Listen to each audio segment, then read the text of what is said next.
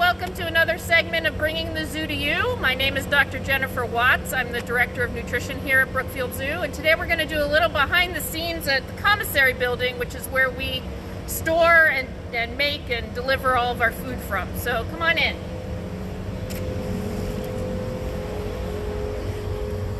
So the Commissary is actually an original 1927 building. You have to have a place to store food before you get the animals here. So if we turn and look up back here, you can see actually this is the ladder that used to go up to the hayloft that was above us. It's now offices and storage space, but we still have that ladder here, and you can see all the old brick that was original to the building. So this is our west storage area, and it's where we store smaller amounts of complete feeds. Now, complete feeds are the diets that we feed to our animals that have all the nutrients that they need, including amino acids and vitamins and minerals and that good stuff. So it's something that's really important for our animals, and so we have to have lots of different kinds. So we have this company called New Zoo that we use out of Illinois. They're a local company. This is actually the rhino diet. It's a special formulation specifically for black rhinos.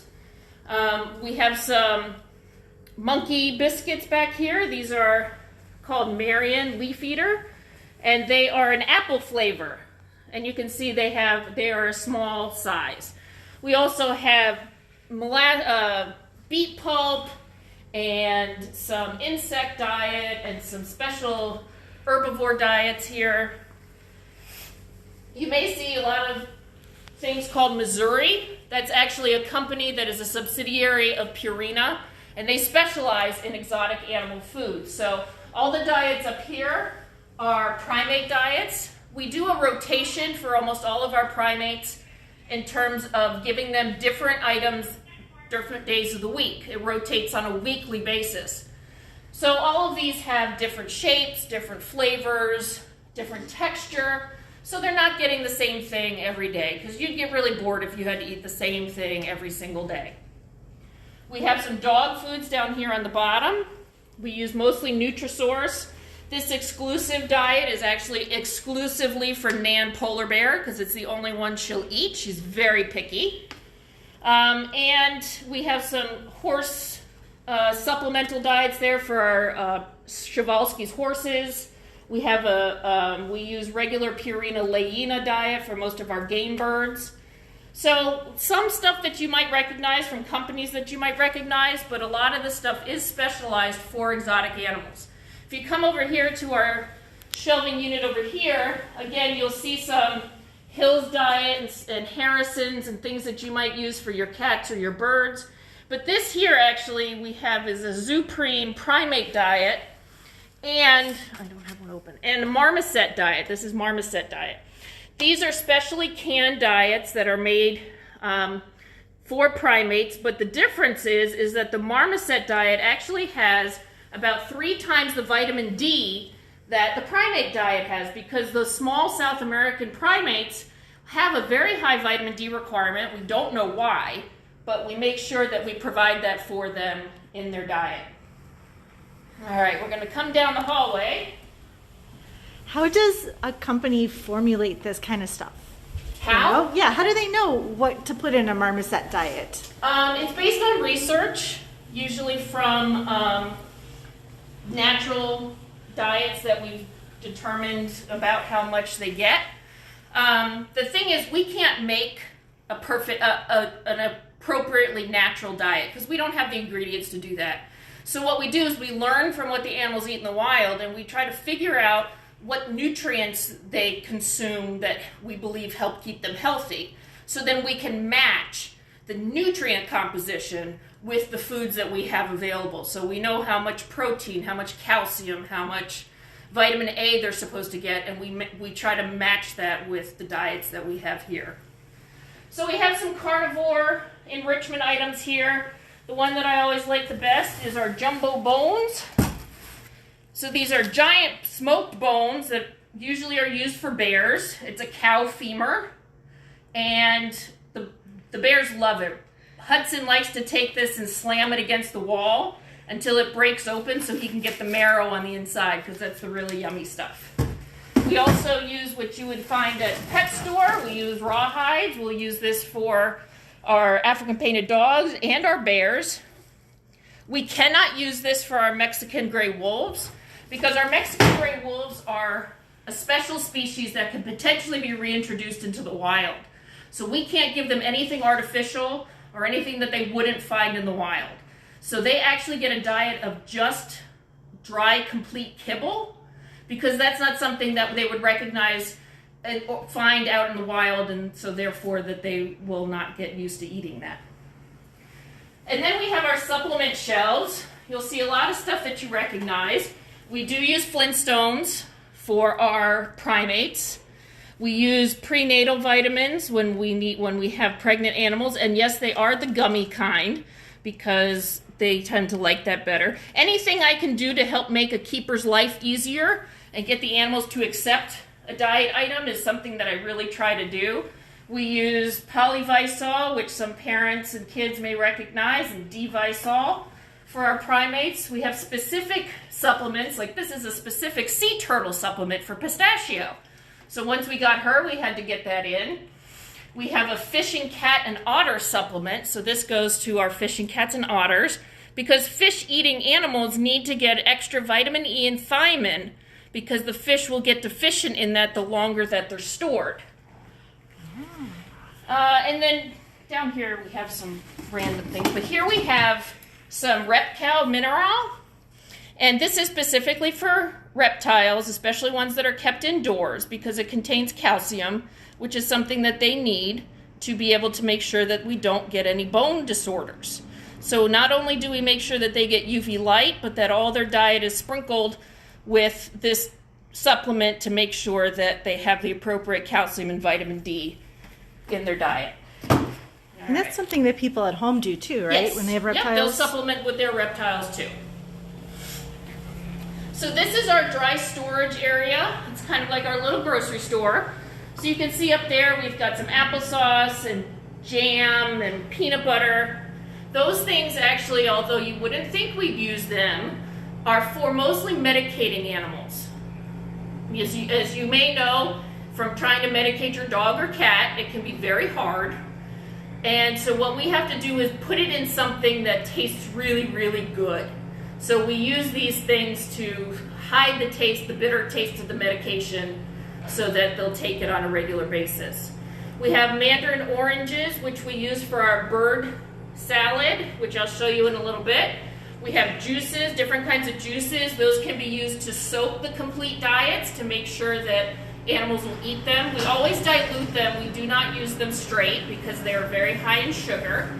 But they can also be used for training. You can use a squirt bottle, and instead of giving like your dog a little liver treat, we can give them some special juice that they don't usually get. On this shelf we have our cereals. This is kind of our enrichment shelf area. So you can see we have Cheerios and Raisin Bran and Rice Krispies. These are all things that we use mostly for our primates. It allows them to exhibit the foraging behavior that they normally would see, that you would see in the wild. They will find every single Rice Krispie that we hide.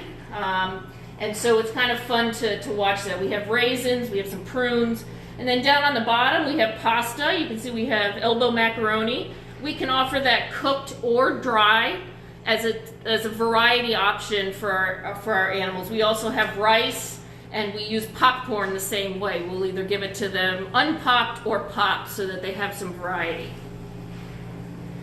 These are another kind of shelf with just some different kinds of things. Up on the top we have food coloring. We actually use that specifically to mark an animal's feces if we need to measure or see someone for hormone analysis or for other research. We can use that. The Knox gelatin, a lot of people would recognize. This is an unflavored, non-sweet version. That's actually for our marine mammals. We make up Jell-O for them as a way to be able to give them some extra water to keep them hydrated, because the fish that they eat can be kept in a freezer for up to a year. And so they may dehydrate over time. So we always make sure that they have some Jell-O to be able to make make the plain gelatin. We have some other gelatins, sugar-free, fruit punch and citrus, and we have Crystal Light. Those are all items mostly, again, for our primates. We can offer them the powder as is, and they will lick their fingers and get it on their finger and then eat it, or we'll make it into Jello. Either way, for our orangutans, we'll use the Crystal Light. We'll make it, and they'll put it in a bowl outside the enclosure behind the scenes, and give the orangutans clean socks. And the orangutans have learned that if they flip the sock out and get it soaked in the Crystal Light, they can then suck it out of the sock, and that's a way that we're encouraging them to use their brains to be able to eat. A lot of people will notice the ketchup and the mustard and wonder what that is for. Again, that's for our orangutans. On their behind-the-scenes enclosures, we have PVC attachments that we can hook a PVC pipe to. So what the keepers will do, the animal care staff will squirt the ketchup into the PVC pipe. The diameter is not big enough for the animals to stick their arms through, so they've learned to take sticks or fire hose to scoop the ketchup out and then lick it off the sticks or fire hose. We have some baby cereal, usually rice or mixed cereal. Those are for animals that may not be eating very well, and this is something that's kind of tasty and a little bit of a complete diet with vitamins and minerals that we can give it to them. We have some Gecko Food called Pangea. You see, we have other kinds of baby food as well. We always have to have some fruit, veggie, and meat baby food in stock. Again, if we have an animal that goes off food, this stuff tastes really yummy, and we can encourage animals to eat that when they're not feeling too well. And then you see we have gallons of different kinds of molasses and corn syrup. That's actually usually used for our bears as a way to get them to move around their exhibit. They do use very little of it because it is so high in sugar, but it is an enrichment item that we allow the bears to have. And if we turn around, we're going to go into our cooler briefly. So our cooler is just a giant refrigerator. It's kept at 40 degrees, and it holds all the produce that we get. Now the produce that we order it twice a week, and it's from the same company that supplies restaurants and grocery stores and the like. We just don't really care as much about how pretty the fruit looks. When you go to the store, you want your apples to be very nice with no bruises. You want your potatoes to look like nice, beautiful potatoes when you go to a restaurant. We don't really care. We don't feed anything that is bruised or rotting or anything like that. Everything we feed is perfectly good for human consumption. It's just we get the 50-pound bags of carrots that are really big, so that we can, utilize that much faster than if we just bought them by the 1 pounds. So we have a very small commissary because it was originally built for only 300 animals, and now we've got 3,000. So we're not able to make all the diets every other day, or every day. So what we do is we make them every other day. And so I'll show you some of those, and then with other areas, we give them bulk amounts of food, and they measure it out for each individual animal because we're just not able to do that. The nice thing is that Brookfield Zoo has had a nutrition department since the mid-'80s. They were one of the first zoos to have a nutrition department. So all of the keepers have professionally grown up with a nutritionist on staff. So I'm very lucky that I trust my keepers implicitly that they will follow the diet recipes that I concoct for each animal, and I can trust them to feed in bulk, for us to deliver in bulk, and that they'll feed them appropriately. So come on in, it's a little loud, but I'll try to speak loudly. So here's our cooler. All of these blue bins are going to be distributed tomorrow. This is 1 day's worth of food for each of these individual areas. Over here, this is actually the Pangolin Diet for our lovely pangolins. So it was made yesterday. It has to cool for 24 hours, and then we're going to grind it today. You can see we have pineapples, we have mangoes, kiwis. We use giant-sized papayas that are all wrapped up. These are big papayas that you wouldn't normally get in the store. We have some watermelon and sweet potatoes, everything over there. We'll say hi to Brianna. Brianna's filling up our blue bins. All of the boxes over there are all greens, leafy greens. So we use about 7 or 8 different leafy greens for all of our animals, since that's a major part of a lot of animals' natural diet. And we want, again, that variety of what we offer them every day. So I'll show you. Here we have our pan diets, which is what we make every other day. These are for reptiles. You can see we have a label on here. It goes to swamp. It's for 2 basilisks. We use a format of 1.1, means 1 male and 1 female. It's only for Friday, and they get 40 grams of herb salad. So everything is weighed out very specifically. Our herb salad is a mixture of dark leafy greens with some shredded carrot and sweet potato, and then it's mixed with ground herb diet, reptile pellets, so that way it sticks to the produce. I do that because I want the animals to eat that complete diet, and otherwise if we gave it to them as just pellets, they probably wouldn't recognize it as really good food. And just here's a different one. This is for our Prevost squirrel. Filbert is his name. He's a male. So he gets 30 grams of what we call our veggie starchy, which is a mixture of carrots and sweet potatoes, so that's here. 18 grams of leafy greens, and then 20 grams of a fruit rotation. So that's up to us as to what's available for us. So tomorrow he's going to be getting a kiwi. The other thing I like to point out is how much our animals eat. So this is a blue bin for our gorillas, and it's so heavy it's moving the shelving unit. But if we put it down here, you can see it's pretty heavy. But this is just the leafy greens, which is about 60 pounds for the gorillas for tomorrow. Their diet is approximately 75 to 80% greens, so it makes up a big portion of their diet. The reason for that is that's what their natural diet mostly is made out of, and in order to make sure that they feel satiated, we fill them up with greens, kind of similarly how you eat a salad to make yourself feel full before you might eat your dinner. Thanks, Brianna. All right, we're gonna head into our kitchen next. So here's our kitchen. We have a calendar up on this wall which shows the every other day schedule that we follow for how we do our run work. And then here in orange, we have in red, we have kind of the things that we make once a month. So this is the Tamandua diet we'll make twice a month.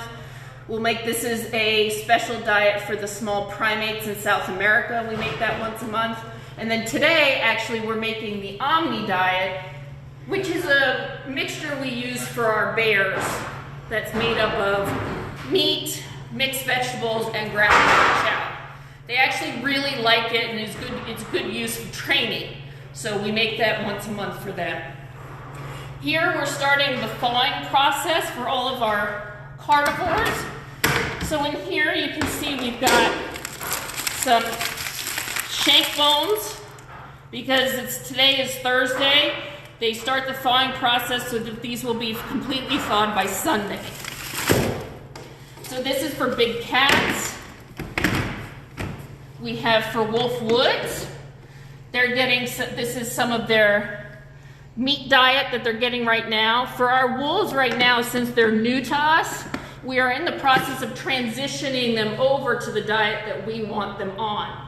So they're getting that meat diet right now, but we're going to be working them onto that kibble that I mentioned earlier. We have to transition a lot of animals that come in from other institutions, because we transfer animals all the time between zoos, and not everybody feeds the same thing. There's only 20 zoos in the United States that have a nutritionist on staff, so not all the diets have been made by a nutritionist. So when they come here, I may find them a better diet that I want them to eat. And so while they're in quarantine, we usually try to transition them over to our diet. It has to be a slow process, just like you changing any diet for your pet, you have to do it slowly. Then over here we have This is called our vertical mixer. So we use this to grind things and chop it up and mix it really well. We've got big blades that go in there, so this is a bulk item that we use. Over here we've got a steamer. So this is what we use to steam carrots and sweet potatoes for animals that maybe have dental issues or need soft food. But we can actually also hard boil our eggs in there. So about every week we hard boil about, I don't know, 6 or 7 dozen eggs for the week. And then up here is kind of our board for when we make individual diets for animals. Over here on the left is all of our pachyderm animals. So you can see we have their names: Nikili, Layla, Adele. Well, that's Tapir is supposed to be sorghum. She's our new tapir. And then Sunny the tapir. And as you can see, everything's color-coded.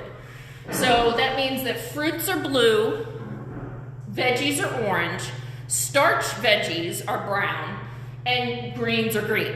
Now we separate out vegetables from starchy vegetables because there's such a difference in calories. And we don't want to give a lot of fruit or starchy vegetables because they're very high in sugar. So we try to focus mostly on veggies. And you can see all of these have a rotation in them. So the lemurs get a rotation of different items every day of the week. Our mole rats actually get a rotation of different diet items during the week. We have our porcupines and our binturongs. So everybody gets a different rotation of items to make sure that their diets are interesting and nutritious for them. And lastly, we're going to take a quick peek into the freezer. Again, it's really loud in there and it's really cold. It's -20, so we're not going to spend a whole lot of time in there. Actually, we're getting some stuff in, so here's our freezer. So this is where we store all of our meat and our fish, just like you would at home. So this is some herring. We've got capelin, which is the 2 main fish species we use for our marine mammals.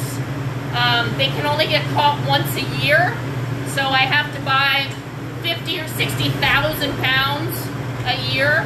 And so we actually have a cold storage facility over in Lyons that we use for holding the rest of our fish. But we have all different kinds of sizes. Lake smelt is very small. It's probably only about that big. We have silver sides, which are about that big, because you have to remember we have different sizes of predators. So we have to have different sizes of prey. All the green boxes on this shelving unit is all of our whole prey. I won't take them out for those of you that are squeamish. But again, we have to have very small baby mice for small snakes, all the way up to 3-pound rabbits for our big cats. All of these yellow bins here hold mostly our meat. So we cut up the meats into 1-pound aliquots because some areas don't need a whole chub, so we just do it in 1 pound. Here we've got our horse shanks, so we actually do use that for, again, we saw those in the big cat tubs back there for big cat tub day. And then we also have beef bones. So these are just bones without any meat on them. They're good for enrichment. A lot of animals will take the time to try to get the marrow out from the inside. And it doesn't give them a lot of calories, but it does give them something to occupy their time. And then we have some fish items over here. We have squid, we have clams, we have mussels, a lot of things that we use for our otters, for enrichment. We have crayfish, all things that they can chew on and break open for them. And then the rest of this is all fish and meat items. That's all it is. Lots of different kinds. So we'll get out of here because I'm getting cold.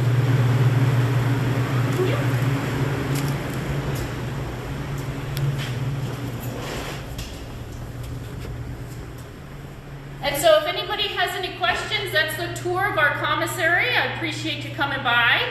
So I'll answer any questions you might have. Sure. So people were wondering how you remember what you make for every animal every day. And I know you have the board up there. Do you have to look at the board every single day, or how do you do that? Yes, we do use the board every single day for making those particular diets, because the diets that I make the recipes for are very precise, because we have to make sure that our animals don't get too fat or too skinny. So we need to make sure that they're getting the right number of calories, and that's why it's so important that the animal care staff and my staff follow the diet recipes that I create. Do we ever accept food donations? Can someone drop off cans of food? No, we don't accept food donations, mostly because we can't track the how it's gone through the world. You know, we don't know, especially like for produce, has it been kept cold? We follow a specific HACCP, it's called HAACP, and it's a continuous being able to track where the food goes and comes from, so that we make sure it's as healthy as possible. Do we have to worry about xylitol? We do a little bit. Some primates seem to be a little bit sensitive to it, but we try to use the natural peanut butter as much as we can, and we haven't had any reactions that I know of, but it is something that we do keep in mind, in the back of our mind. Do you ever put the ketchup or the mustard on food items, like to give them a little extra kick? I don't think so. That would be up to the animal care staff. They're the ones that prepare and make the diets as they need for the day. So maybe they do, but I don't know of that. That's not in my purview. Do we do carcass feedings for the carnivores? We do, and they were in the back of the freezer. But what we do is we have goat carcasses that we use for our African painted dogs. We'll usually give it to them once a week, and we put it on the zip line. So it's very engaging for them that they have to jump up and grab and pull the carcass down. It helps to keep their jaw muscles strong, and it helps with the social interaction of the group. And then sometimes, not this year unfortunately because our pack is fairly small, but for our Mexican gray wolves, we'll get whole deer, white-tailed deer carcasses, because that is something that's more natural for them in terms of a meat product. And we'll just give them the whole carcass and they tear it apart and eat it. But we'll wait until our pack is a little bit larger, because a whole white-tailed deer for 3 wolves is a lot of meat. So they get very chubby. Where do you get the specialized supplements? Most of the supplements we get, we are very strong users of Amazon. Amazon has a lot of good things, and we're able to continue with the donations through Amazon Smile, that we can help our business, our society out by buying through that. So we can also get it through some of our other vendors, but for most of the supplements, because they're very specific, we have the best luck getting them off Amazon. Do the okapis eat beet pulp in the winter? They do, actually. That's a good question. We offer to them soaked in order to help keep the moisture content of their diet high, because they're specifically a deep rainforest species. So their diets don't usually change very much, but they're very heavily leaf oriented. So we make sure that they have enough moisture, because we don't give them browse during the winter as often as we do during the summer. During the summer, we have a relationship with ComEd that they come twice a week with a giant truck of leafy browse, and we're able to give that to all sorts of animals around the zoo. So during the summer, we have lots of opportunity to give our okapi and other browsers the browse that they need. But unfortunately, we're in a northern climate, and we don't have the ability to get browse during the winter. What are some special birthday treats that the animals get? Oh gosh, birthday cakes are always fun. One of the things we've learned that we can do is actually use that gelatin and another product called agar to gel ground complete feeds together. So we can actually use their diet, grind it up, and then add the agar and the gelatin to it and make a nice, and then we can cut it into a nice little circle. And they're usually very good about eating it because it's their usual diet.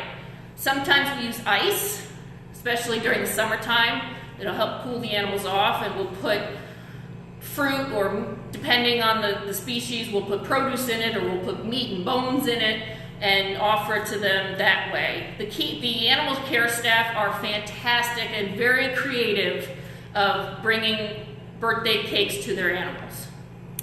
Do you change the diets based on the season? Yes, we do.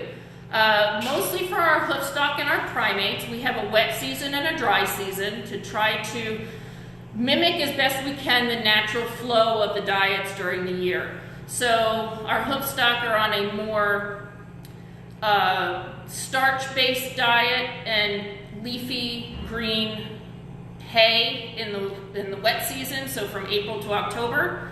And then from November to April, they get a drier hay. We cut back on, we use a different pellet for their complete feed to mimic that. For our primates, they have a dry season, which is from September to May. And then from May to June, they have a really big wet season because there's usually a big fruiting event that happens every wet season in their native habitats. And then we start going down. So we have a big fruiting season, we go down a little bit, and then we go down into the dry season. All right, this next question is a two-part question. Okay. So number one, would it be feasible for the zoo to grow its own food? And number two, since we don't currently grow our own food, do we support local farms? So for number one, we've tried different ways of thinking about how we can grow our own food through hydroponics, aquaponics, and we just don't have either both the horizontal or vertical space to be able to do that. I've talked with vendors in the city that actually do aquaponics, but unfortunately most of it is greens that are produced from those situations, and we go through so many greens in a daily basis. Like you saw with the gorillas, they couldn't make that much for us, and they'd be able to keep their systems sustainable. So number two, we do use local farms. The produce vendors that we utilize all try to use local farms within about a 150 to 200 mile radius as much as possible. Depending on the time of year, though, it depends on what's in season that will change up and what we have to. Great. One more question. Okay. And then we'll wrap up. What is the most interesting thing that you have learned about animal nutrition since you started working with so many different species? Wow, that's a good question. I think it's mostly about what my personal philosophy in terms of nutrition is that I've been able to apply that and make animals' days more interesting. That's actually what it makes my job so much fun, is that to be able to hear stories of, well, the animal never used to really like to eat, or it was really boring, and then we changed the diet. They came running in because they were so excited about what was going to be on their plate for today. So that's really satisfying. I've learned how to work with the veterinary department. I work very close with them, so trying to help with sick animals has been a learning curve with that. And then, of course, with our pangolins, with them being such a special species, that has been a major learning curve for making their diet. All right, so thank you so much for the questions. I hope you enjoyed this behind-the-scenes look at the commissary, and we will see you tomorrow.